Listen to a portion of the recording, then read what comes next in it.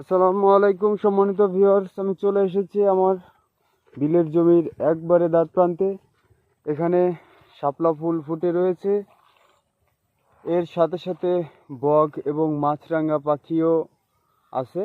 এরা তাদের জীবিকা নির্বাহের জন্য খুব সকালবেলা মাছ ধরার জন্য চলে এসেছে। দেখেন, আমাকে দেখে তারা উড়ে চলে যাচ্ছে দূরে। আসলে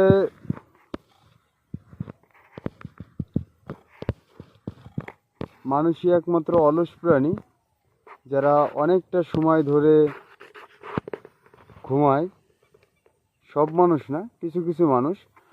আর পশু পাখি আপনার ওরা নির্দিষ্ট সময়ের কাজ করে থাকে।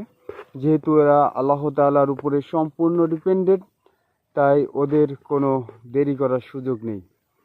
তো যথারীতি আমি আমার এই জমির কাজ এখন শুরু করব। তো যে ওই উঁচু উঁচু স্তূপগুলো দেখতে পাচ্ছেন, এটাই মূলত ময়লা।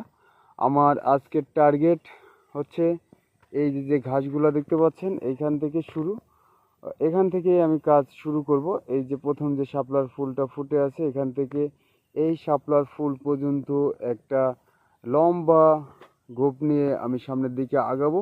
দেখি আল্লাহ রব্বুল আলামিন আমাকে কতটুকু কাজ করে তৌফিক দান করেন। এই মুহূর্তে আমি বিলে অবস্থান করতেছি।